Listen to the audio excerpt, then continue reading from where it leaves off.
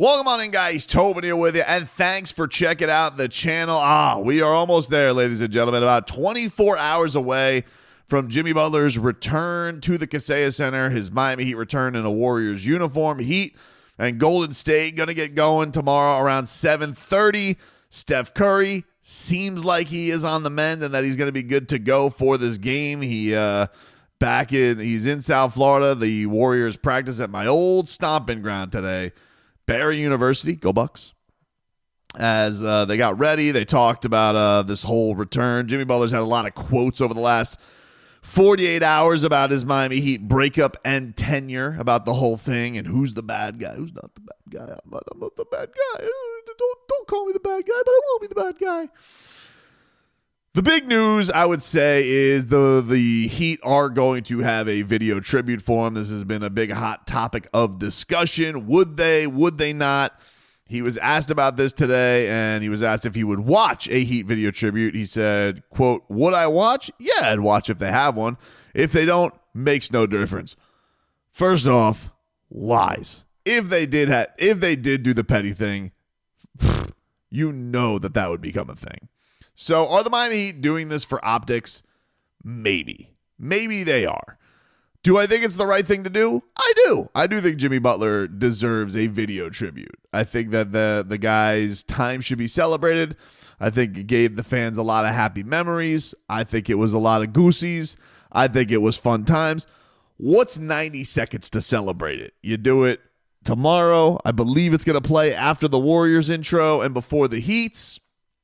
Ergo, if you guys want to see it and you're planning on being there, I would be there early. And it's a national TV game tomorrow, which means that's a true 7:30 start, which means get your asses down there, get your asses in the seats, and then you guys can watch the tribute and react accordingly. I think it's going to be an overwhelmingly positive reaction. I think Jimmy Butler is going to get a rousing ovation and a lot of appreciation from Miami Heat fans. That's what I think is going to happen.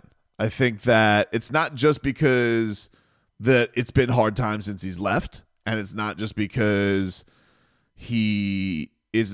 time has passed a little bit, but I just think that you give somebody the right montage. I think for the most part, people are going to react accordingly. Will there be a couple jackasses there? Yes, I'm sure there will be, but I think overwhelmingly it's going to be positive. People will appreciate Jimmy Butler's time here. He'll get the ovation.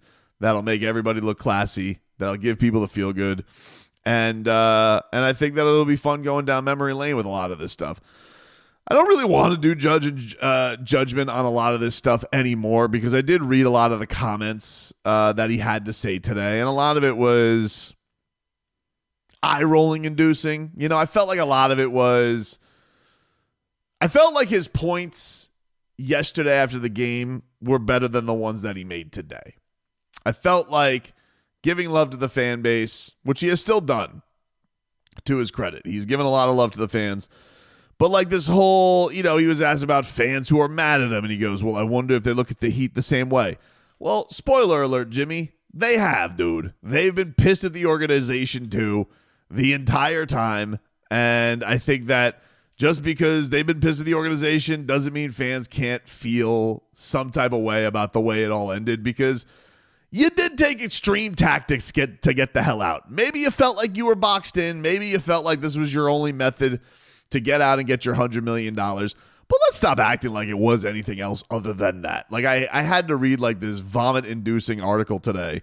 I guess I didn't have to read it, but I did read it about, the Warriors let me be me. And it's just like, you could just change the team Sixers to Heat back in the day, because I was laughing at it because at one point in the article, they're talking about how great it is. This is the same one with the Heat culture quote that went viral about it's overused. And yes, should there have been a marketing campaign about it?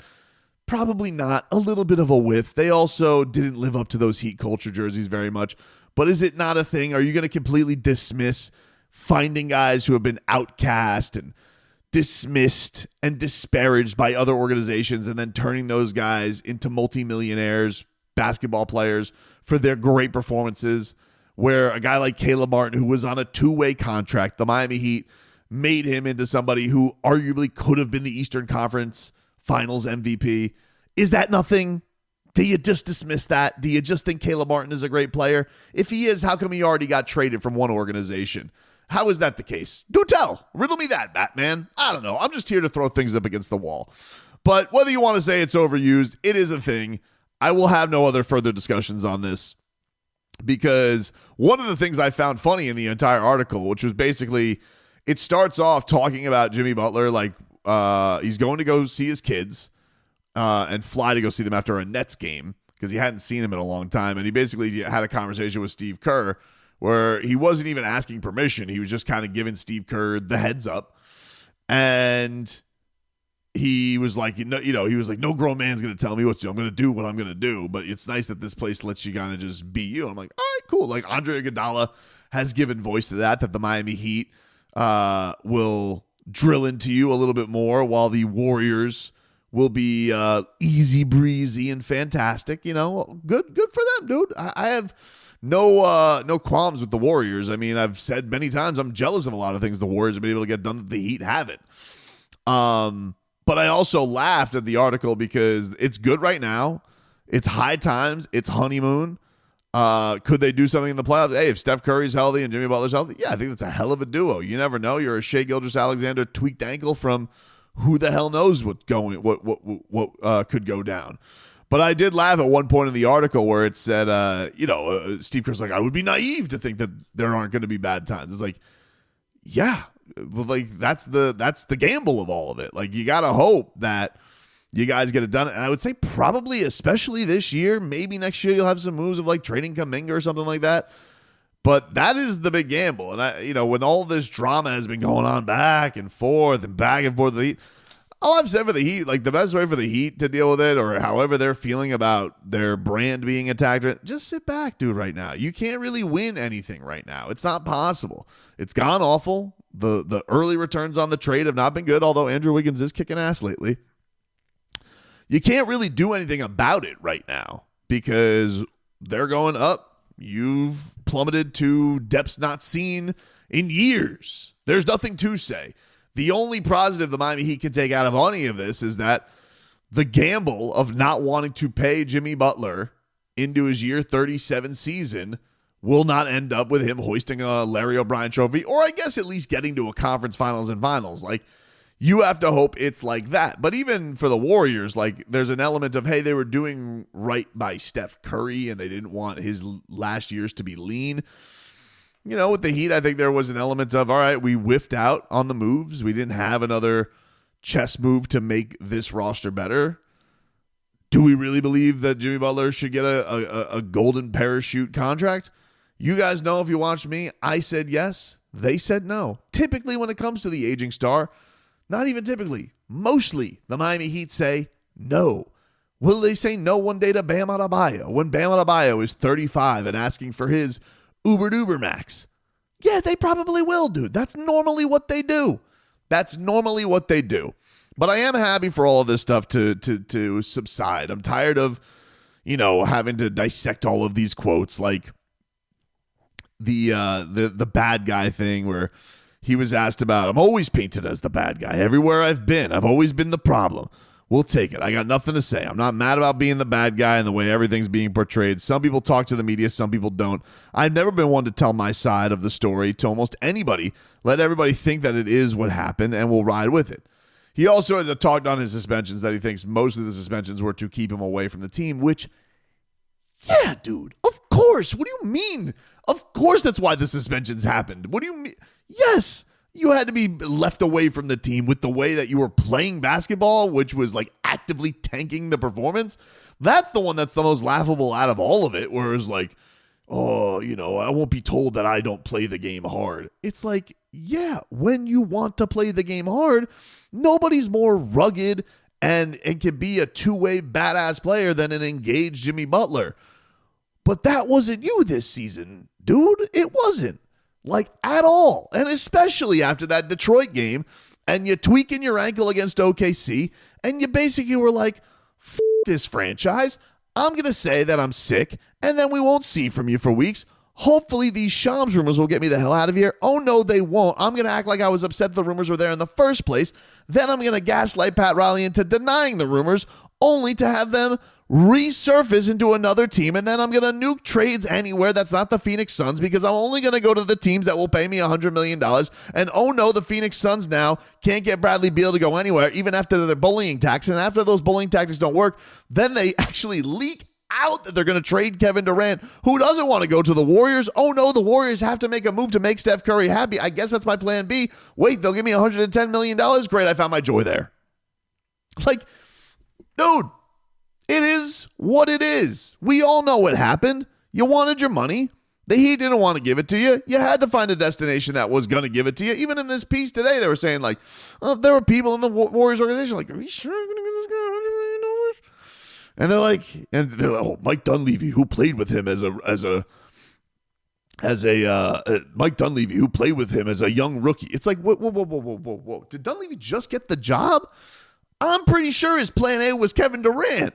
Well, so this whole, he vouched for him the entire time. No, he didn't, dude. He actually didn't. He did after Kevin Durant was like, I'm not going there. Kick rocks, you guys. I don't want to be traded in the middle of the season, and certainly not back to Draymond Green. So I say all this not to be a petty bastard, because I feel like I've given Jimmy Butler more than his flowers in his entire time here and after the breakup. But I am just like exhausted with the whole, oh, who's the bad guy, who's not the bad guy. Dude, did you do everything to your powers to play basketball at your best ability the entire time you were on the Miami Heat this season? We all know the answer is no, and any other answer to the contrary is complete horse. Like, that is just what it is.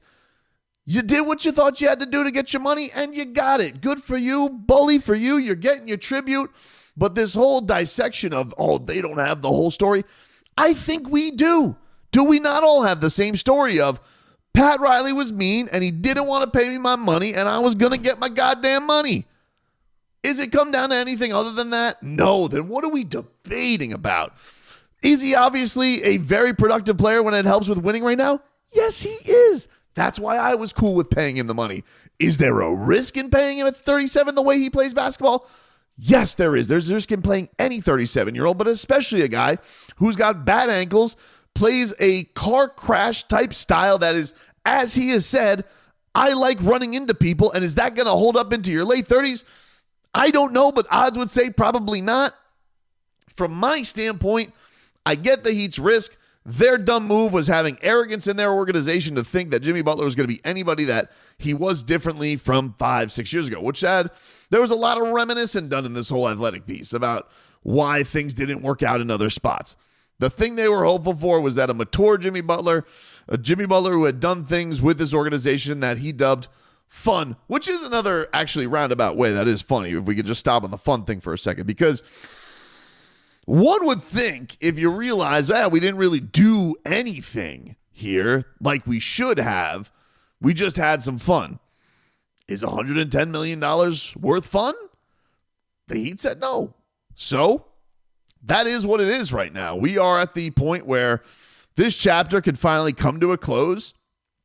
The Heat will lick their wounds, embarrassingly, go into the lottery most likely, have 2 first-round picks, see what they can do to get this thing right, because they certainly have a lot of work they have to do to pull themselves up by their bootstraps, because this has been unbelievably embarrassing since they've traded Jimmy Butler, and it has blown up in their face like an Acme product, not to make a Wild Heat Coyote comparison. And Jimmy Butler, he's got one task. Now that he's got his money, can he help Steph Curry get to the promised land? But right now is not the time to look long picture or big picture. It's just to look to tomorrow night. The return's going to be Goosey's. Everyone's going to have fun with the video tribute. I think the way the Heat are playing, maybe it could be a good game. We'll see. Maybe it'll get, Tyler and Bam to buck up and have a good performance, although both of those guys are playing banged up. And Andrew Wiggins, who everybody said in the Warriors was amazing, maybe he can go out there too and he can have a performance that says, oh, yeah, you wanted to trade that guy? You miss me? We'll see. It's going to be an interesting night, for sure. But the rehashing, the remolding, the reshaping of stories, it's all just noise, dude, at this point. We know what the reasons are. We've seen what the reasons are. Everything else is just silly at this point. But the Heat are doing the right thing. They're giving him his tribute. And now we can move on.